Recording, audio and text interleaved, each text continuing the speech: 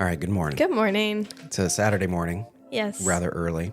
Got a lot going on today, and this is take number 8, I believe, Yeah. and it's going to be the one that's successful. Here we go.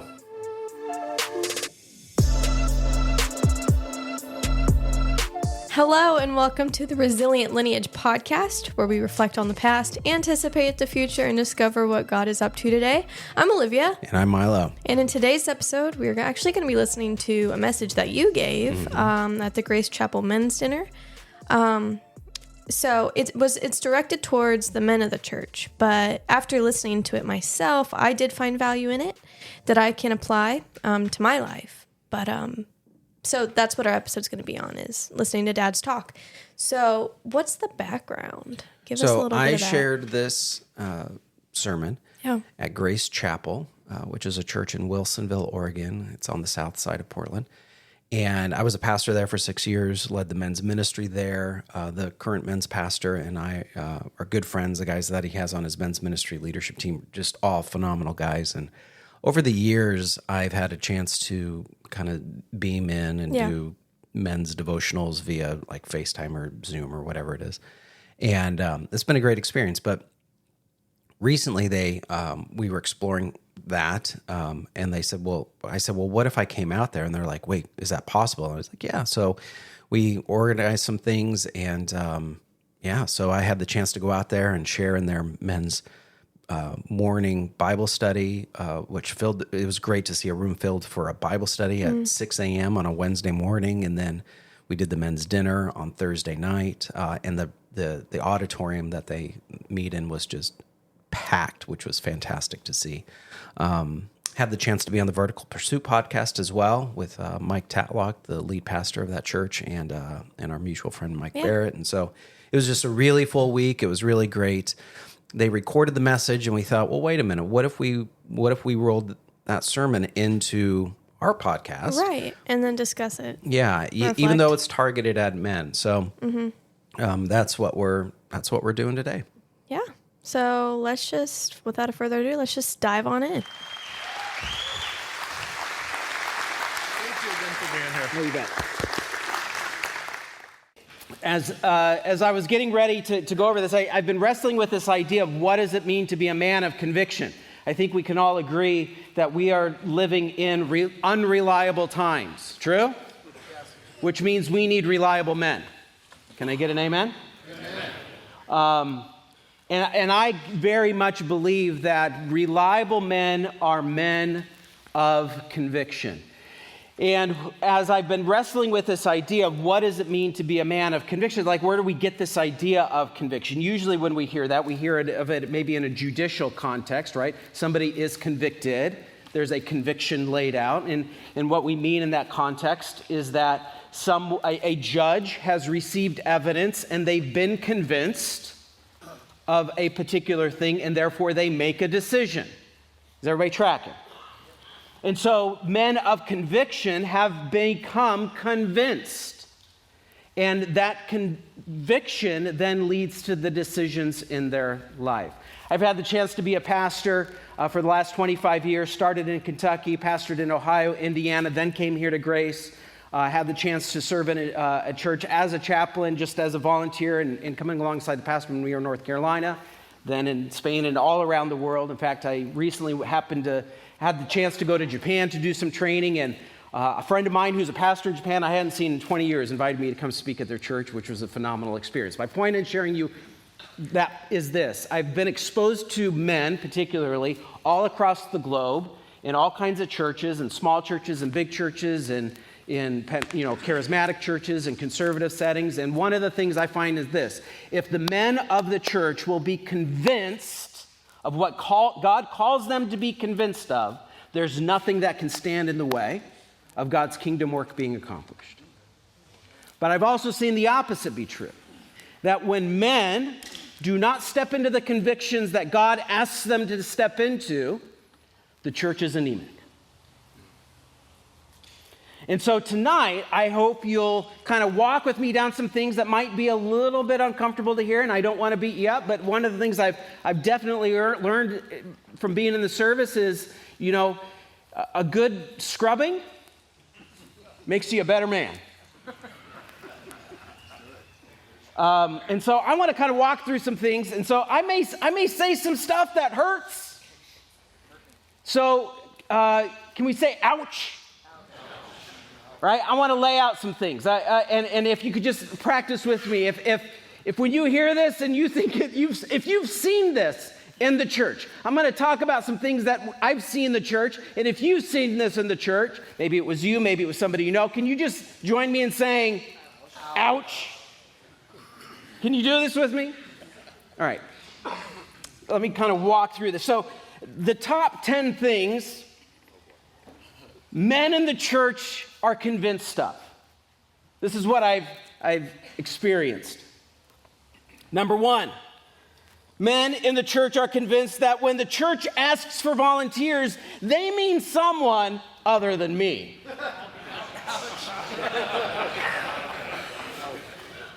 Are you with me? All right, because I don't want to shame you. I want us to have a good time. Is that all right? Okay. So I've learned the men who can laugh at themselves are men who can accomplish great things. So if you're taking yourself a little too seriously, you've had your meal. We're really glad you came. You're more than willing to beat out the traffic, right? Number 2, men in the church are convinced that when we need more accountability in our culture, and by we, I mean you. Number 3, men in the church are convinced that shouts of excitement are appropriate for sporting events, but let's not get crazy in worship. Number 4, men in the church are convinced that a life of generosity are for people who make more money than I do. Number 5, men in the church are convinced that getting drunk is acceptable, but being filled with the Spirit, well, that's for those weird Christians. Nobody's even saying ouch on that one. They're no, I don't know. Number 6, men in the church are convinced that it's the youth pastor's job to lead my child in spiritual practice. It's my job to lead them in athletic practice.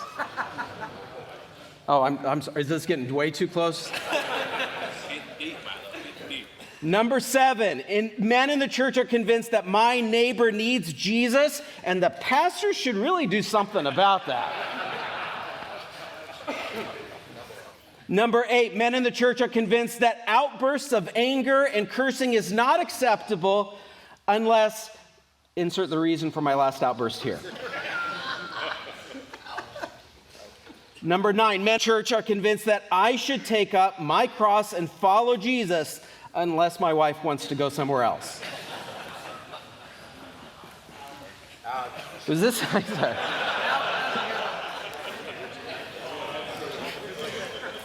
All right, this is my last one. This is it, okay? Men in the church are convinced that Milo made up this list and really should stop meddling. Okay, so what am I saying here? I'm saying this. Here's my big idea for tonight. Let's talk about decisiveness and conviction. When I talk about decisiveness, this is what I mean. The practice of knowing what you will do and not do, what you will and will not do before it is required of you. That's living with decisiveness. Conviction then is the practice of knowing you will or will not do something. Let me give you a really small example of that. This is a few years ago now, but we had been living in North Carolina for a little bit, and we decided to go to the movies in Jackson, North Carolina, which is right near where Camp Lejeune is, the largest Marine Corps base in the United States. And as a result, you're going to run into Marines everywhere. And so we're standing in line, getting ready to go into the theater to watch a movie, and there's a bunch of Marines that are standing behind us, cursing up a storm. Dropping the F-bomb, all kinds of stuff, talking about girls, just crazy stuff. And we're standing, and I hear this, and I look over at them, and then I look over at my wife, and she gives me this look of like, you gonna say something? Y'all, anybody here ever get that look? She gives me this look of like, you gonna say something? And I went, yeah. And I looked at them, and I said, Marines. And they're like, yeah. And I said, Okay, 1, you're not in the barracks. 2, you're not in your work center. 3, you're in a public space. There's women and children here. Knock it off. Aye, sir. Now, why do I share that?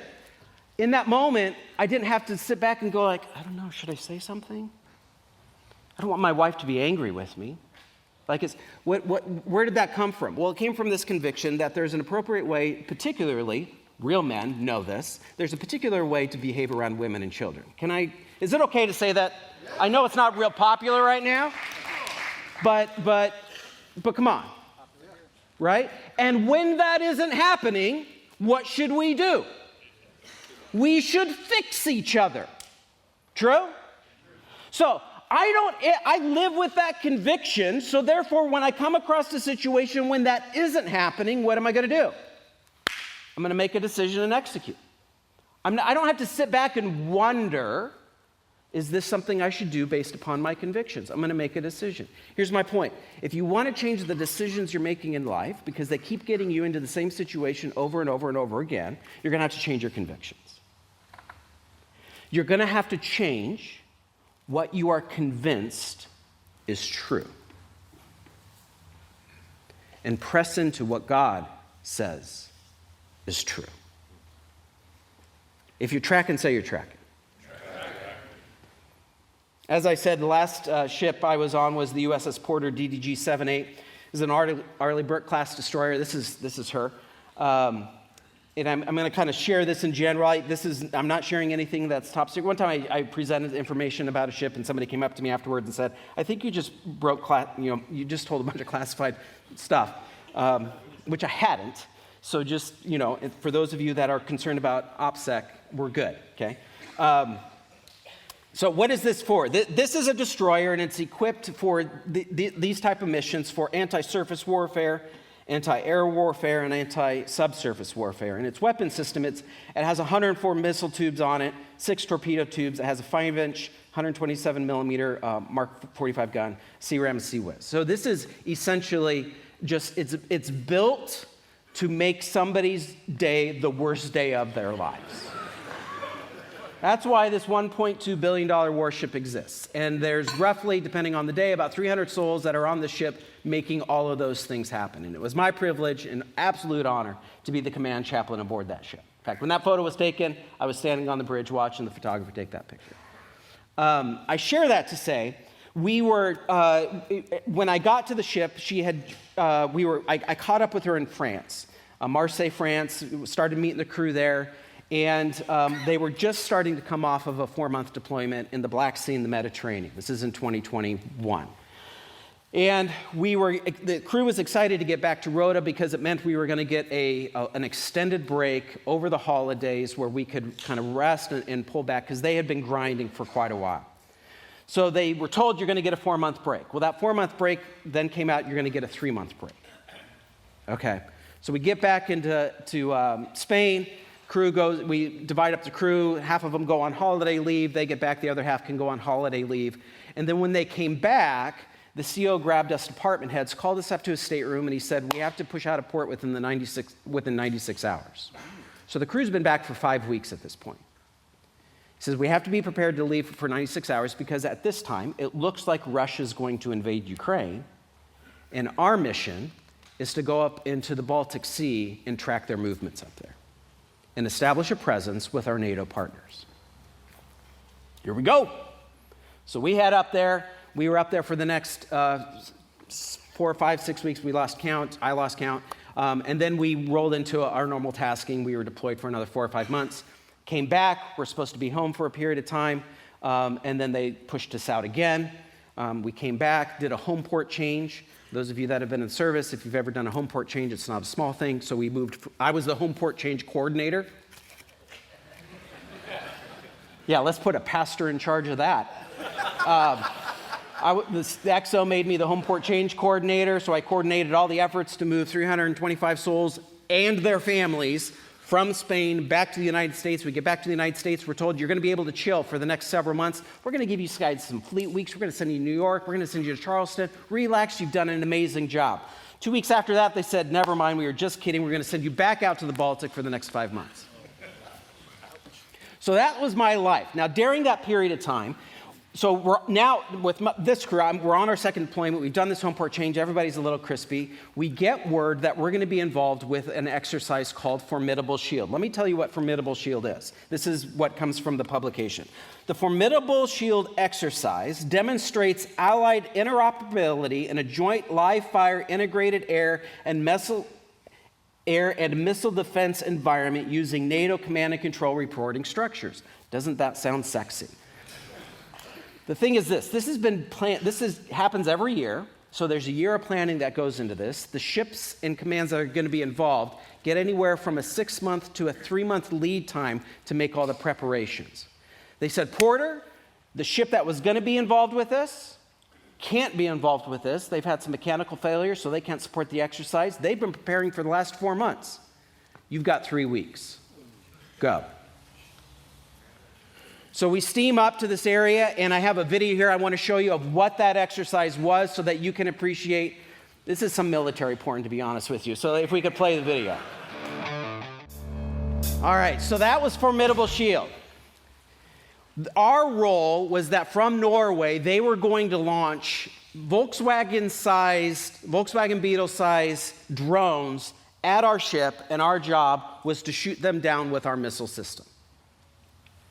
Now, which we did, and it was my bunkmate. He was the guy with the finger on the trigger, and we absolutely crushed the mission. It was a huge success. I share that with you to say this. Why do we have missions like this? Well, if you look at the description, it says this is an interoperability exercise with our allied partners. In other words, this is what I want to point out to you. Our allied partners is the North Atlantic Treaty Organization, and when we talk about doing an exercise with them, this is what we're trying to establish. Formidable Shield is about these things. It's about convincing our allies that we can be trusted. It's about convincing ourselves that our allies can trust us.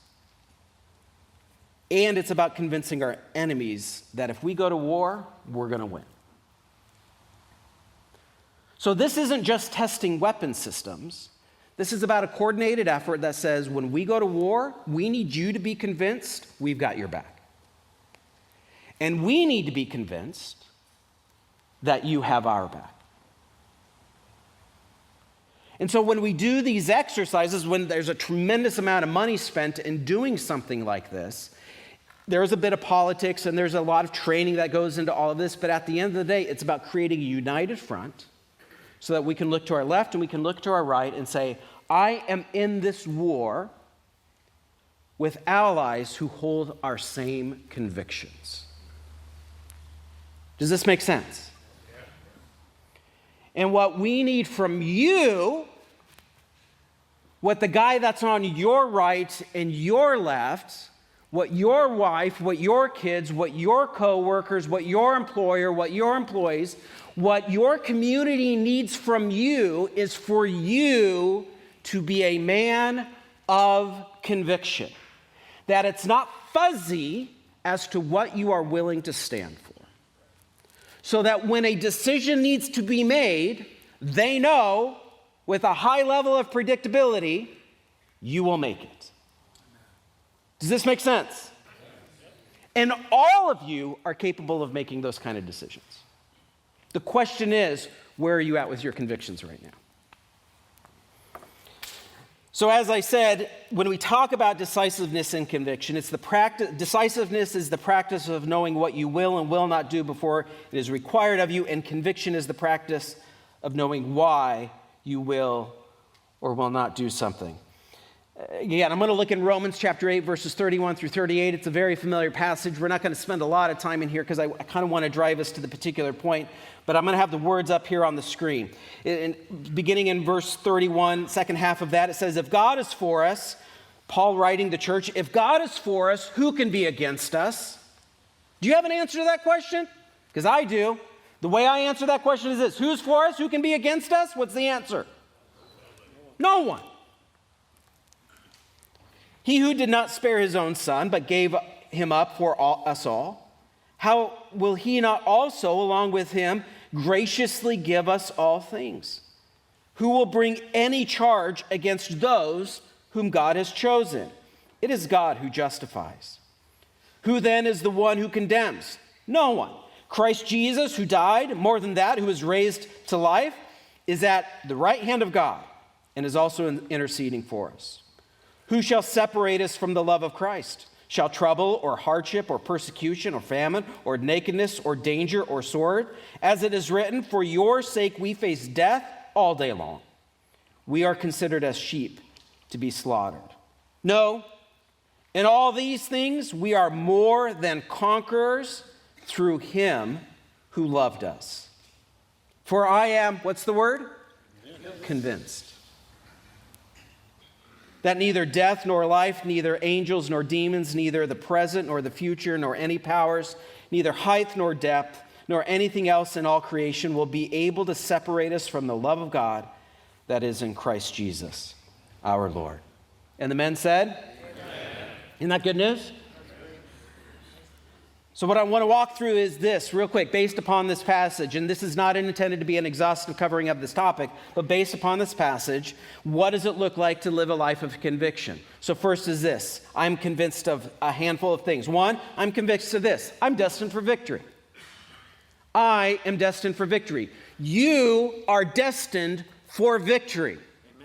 Did you wake up this morning believing that? And I'm not talking about some high in the sky, positive thinking and come on, it's going to be an awesome day. You could be victorious. I'm not talking about that. I'm saying this: Jesus died, was raised from the dead, and is ascended into heaven so that you could be victorious. Do you live convinced of that truth? Or do you live with this, how are things? It's so hard. And it's so difficult, and I'm going through something, that I didn't expect. And listen, I get it. Is this like, if you're victorious, does that mean life was easy? Does that mean, everything just kind of went the way you thought it was going to go? No. But friend, you are victorious. And it's not enough. Sometimes it's not enough for me to be able to kind of go like, all right, Milo, here we go. This is going to suck. But you're victorious. Sometimes you know what I need? I need a brother to pull me aside and say, hey, pound me on the chest and go, you've got this. The Lord's done something in your soul that's prepared you to be victorious. Are you convinced of that? The men sitting around this table need to hear you ask them that question. Are you willing to ask that question? To look at them and say, hey, are you convinced in the depth of your soul that you are destined for victory? Regardless of what you're going through, regardless of how hard it is and how impossible the road may be, you are destined for victory. Second, I'm convinced that I am equipped for victory. That God has given me everything I need to accomplish what needs to be accomplished. I might not have everything I wish I had. I might not have everything I hope to have at this particular stage in life or as I face this particular trial, but God has given me everything I need to face what's in front of me and be victorious. He equips his saints to do the work. No one is left high and dry. I'll never forget the first time I checked in my first command in Cherryport, North Carolina. I was with MAG 14, and they fly Harriers, the jets that can kind of vertically take off, and C-130s, and just a bunch of really cool aircraft. And they said, chaps, you got to go get your SIF gear. I was like, okay. I don't know what SIF gear is, but I'll go get it.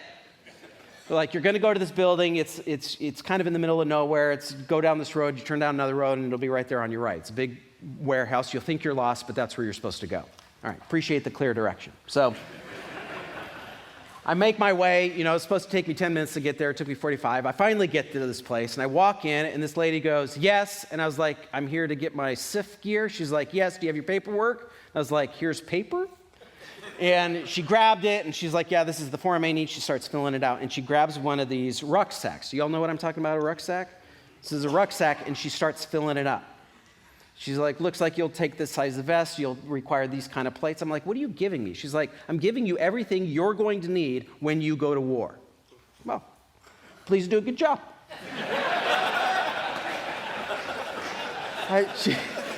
She goes, what do you do? And I'm like, I'm a chaplain. And she's like, we're going to make sure your stuff is squared away. I was like, I appreciate that. And so I get this thing. I end up getting it filled up, right? Lifted up. A rucksack fully packed is about 70 pounds. And I got everything I need there, supposedly, for if I got to go to war. Y'all who've deployed, y'all know what I'm talking about. You know, these rucksacks. Okay. So I get this rucksack, and it literally went in my office and sat in a corner. And during that period of time, I was working on my Fleet Marine Force qualification pin, which is a pin.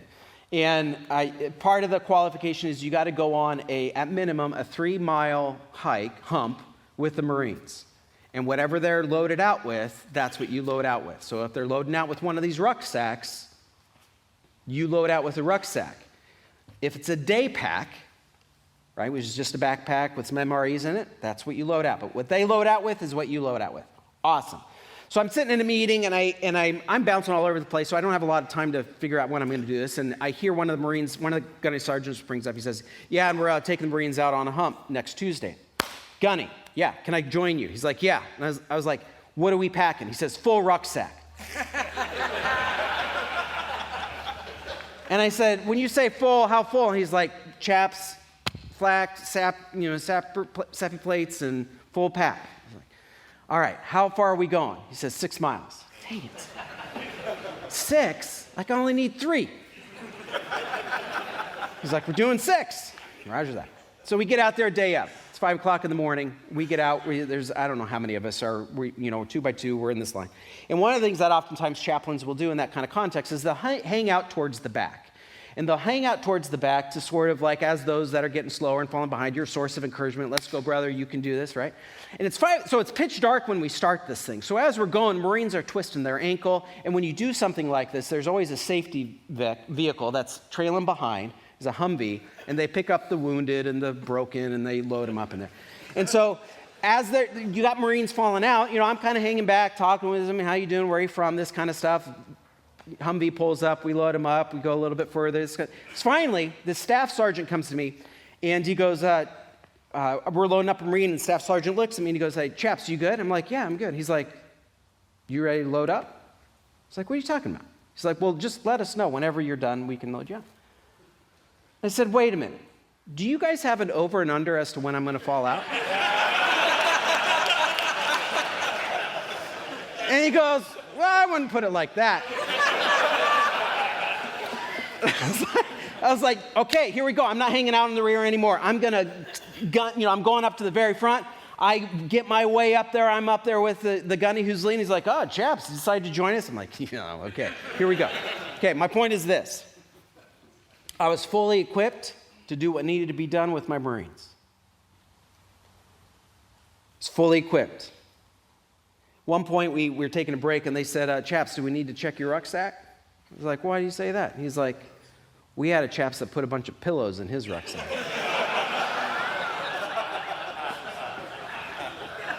Do we need to tap on your vest to make sure it's got your sappy plates in there? Because you can take them out. And then, sometimes it's hard to tell. I was like, tap away, bro. And he's like, do we need to check your pack? I said, check my pack. My point is this. I've been given everything I need to do the job that's in front of me. And while I wish this was a 3-mile hump, and while I wish this was with my day pack, the reality is this is the challenge that lies in front of me right now. And I've been adequately equipped to do what needs to be done. Turns out the gunny didn't quite do his math right. It wasn't a 6-mile hump. It was a 10-mile hump. I completed it, got my PQS, signed off, and went back, called my supervisory chaplain, and I said, I'll be in my office laying on the ground for the rest of the day. My point is this. I finished the job what needed to be done, and I was out of gas. But I was equipped enough to get across the finish line. That's right. What are you doing to make sure that you are pacing yourself in a way that you can get across the finish line fully equipped, but the tank is empty? You're not crossing the finish line going, well, I got a quarter of a tank or a half a tank. That tells me you didn't push it hard enough. And maybe you didn't really grab a hold of the victory God has for you. God has fully equipped us for a victory. 3, only God's judgment counts. I'm convinced that only God's judgment counts. Do you believe that? Here's how you know if you believe that. How easily offended are you? Your level of embracing offense is directly proportionate as to what you think Jesus thinks of you. Your level of being personally offended is proportionate to how integrated into your soul you have adopted the identity that God has given you. What Christ says about you is the most important thing about you. It's not what your wife thinks about you, it's what Christ thinks about you. It's not what your kids think about you or your grandkids or your coworkers or that gal you're hoping to date or that employer, that job you're hoping to secure from that prospective client. None of that in the grand scheme of eternity matters. Do you know what matters? What Christ thinks about you. His judgment of you. Are you convinced of that? I had a supervisor one time who pulled me into his office in front of some other officers. And for whatever reason, he was running and gunning for me. And he pulled me aside. He says, Chaplain Curtis, I need you to take a seat. In fact, other chaplains, I need you all to take a seat. And he sat there and he went around the room and told us everything that was wrong with us. And he gets to me and he goes, Chaplain Curtis, I've never seen a better pastor. Like, you are a phenomenal chaplain, but here's what's the problem. You suck as an officer. And I don't mean that in a little way. Like, I really mean that. You suck as an officer. Ouch. Yeah. I mean, talk about a wire brush, feel free to move that around. You don't have to pick on the same spot. Now, I'll be honest with you. He wasn't entirely wrong. I was learning what it meant to be an officer. I knew how to be a chaplain. I knew how to be a pastor. I'd been a pastor about 20 years at that point. And I was learning what it meant to be an officer. Now, I could sit there and go,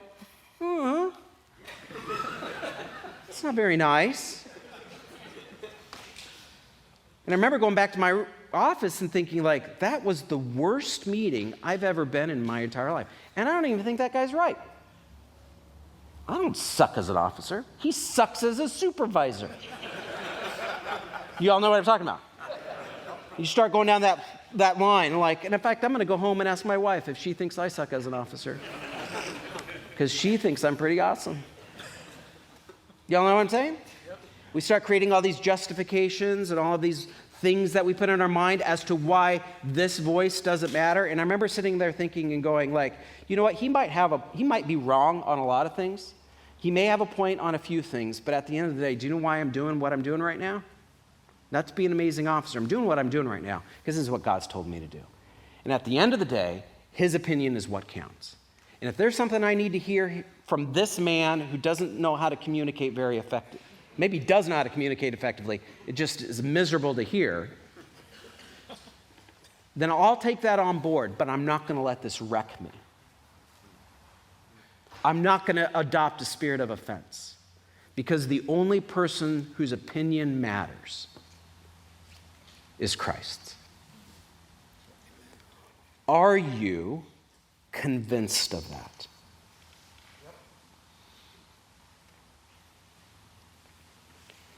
Four, five, wherever we're at now. I'm convinced that Jesus is interceding for me right now.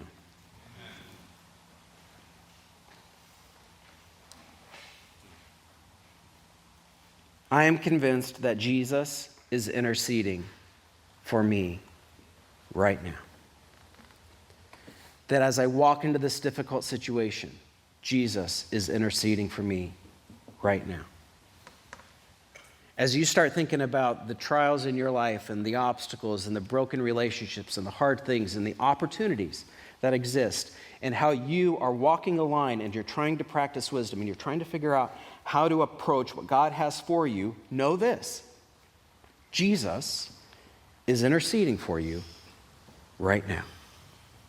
It's a beautiful thing when you know someone has your back. The assurance you get when you know someone has your back is refreshing. And unfortunately, it's uncommon. Do the men in your life that are your friends, and maybe it's guys you're sitting at your table with right now, do they know you have their back? Do you know that they have your back? As I said, we had been deployed and we had been out to sea for a while, and for a period of time we didn't have any communication off the ship due to the nature of our exercise, and we were finally getting a port call. We were pulling into Denmark. And so we pulled into, as we were pulling in, we start getting cell service. We finish we secure the ship, so everything's set up, then we can get on our phones. Get out of airplane mode, phone just blows up, right? Because I get all these texts and emails are come flying in, and first thing I always do is I call my wife. Hey babe, how are you? She's like, great, have you talked to Lauren? I was like, no, why? She says, hang up with me, give me a call back, but hang up with me, call Lauren because he's trying to get a hold of you. Well, Lauren Crone is a chaplain friend of mine. He's been a phenomenal friend. So I called Lauren and I said, hey, what's up? And he goes, he said, hey, so your AEP package, where are you at with that? Now the AEP package it's an advanced education package. And in the Navy, they have all these different programs that they'll select specific sailors to be able to advance their career in a particular area. So for the Navy, we have these packages where each year they'll select four chaplains to go get a specialty, to go back to school in a specialty to become a subject matter expert in that area and then come back to the fleet and train and equip accordingly. He said, so have you turned in your package? I was like, no. He's like, why not? And I said, because I'm freaking deployed, Lauren. Why do you think? You all ever that friend where you can talk like that? And he goes, turn in your package. It's like, Lauren, he said, it's due next week. Now, this is usually a package you spend 3 months preparing for. I said, a week? He's like, you got a week. Turn it in. Why? He says, because I've gone to bat for you. I've told folks that Milo Curtis should be selected for this program, and I have some folks listening to me, but they can't select you if you don't turn in your package. Now, how do you think I felt in that moment? To be honest with you, this little, I was like, bro, I don't even know if I have all the resources. Like, I feel like I'm almost being set up for failure. Y'all ever get that moment? Fine. So I sit down, I actually went to my commanding officer because I had to have a letter of recommendation from him. I said, sir, I need a letter of recommendation. He says, for what? I said, I explained to him. He's like, done. Just let me know what I need to sign. And I began to work the system. All of a sudden, I had all of this support. Turn in my package. 2 months later, I get an email where, again, we're out at sea. Comms are limited. I got email. And when I say comms are limited on a ship, I'm talking about for internet, we have 3 megabytes down and 3 megabytes up for the entire ship. For those of you that are unfamiliar with what that means, back in the 90s when you hooked up to the internet, it went something like this. Okay, it's that minus the noise. So comms gets delayed oftentimes, and all of a sudden I get this message that says, Chaplain Curtis, you've been selected for the advanced education program with the specific topic of homiletics, which is the art of preaching. We're going to send you to Duke Divinity School to get another master's degree so you can become a specialty in the fleet. Now, I share that for you. In that moment, how do you think I felt about Lauren Crone? That guy has my back. And if that's how I felt about Lauren Crone, how much more should I feel about Christ, who right now has my back? Who right now knows your situation. He knows what you're going through. He knows what difficulties you face. He knows your fears. He knows your uncertainties. And he is interceding for you. Are you convinced of that?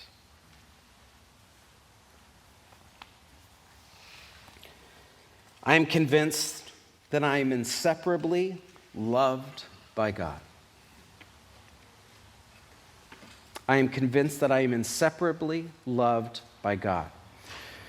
If you've ever been away from family for an extended period of time, and I don't mean 3 days up to Seattle, I mean for an extended period of time, when you get a letter or a package from a loved one back home, it means the world to you. You've probably seen it in the movies or on television if you haven't been in the service. Some of us have experienced it when you've been deployed and there's mail call.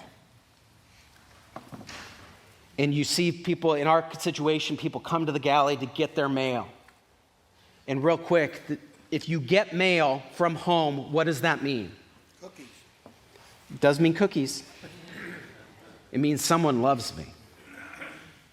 Someone's thinking about me even though I'm not there. Someone has taken the time to put something together to be a source of encouragement to me. And then there are people that come to the galley and there's no mail for them. And they wonder, am I loved? Am I remembered? Or have I been forgotten? I want you to know right now that whatever you're going through, you need to be convinced that Jesus offers you his inseparable love. Your friends will fail you, your spouse will fail you, your kids will disappoint you, your grandchildren may forget your name. But your Savior loves you. And loves you far more than you can possibly imagine. We need men. Your wife needs a man. Your children need a man. Your friends need a man that are convinced they are destined for victory, that they are equipped for victory, that only God's judgment counts, that Jesus is interceding for them right now. And they walk with that confidence, and that they know in the depths of their soul that they are inseparably loved by God. I have a photo up here of the USS Constitution. Does anybody know her nickname? Old Ironside. This is the oldest commissioned ship in the world. She was commissioned in the 1780s, 1786, I believe, and she fought against the British. She's called Old Ironside because the British, as you know, the British were known for their navies. That's one of the reasons why they were able to dominate the world, because whenever a British ship pulled up, it was going to be somebody's bad day if they didn't surrender. And us Americans decided, we're done with that. So the Continental Congress commissioned that 9 frigates be built. The USS Constitution was one of those ships. And in one of the battles where she went broadside against another British ship, they fired their 18-pound cannonballs at her. Now imagine if you or I are the sailors aboard that ship. We're topside and we're ready. We're ready to take on whatever needs to get taken on. Now our friends are down below manning our cannons, and we hear their guns go off and we hit the deck because we expect there to be blood-curdling screams as those 18-pound cannonballs come shattering through the side of the ship, devastating some of our shipmates. What ends up happening is that those cannonballs came in and bounced off the side of the ship. Now, I want to ask you this. In that moment, what do you think happens to our morale?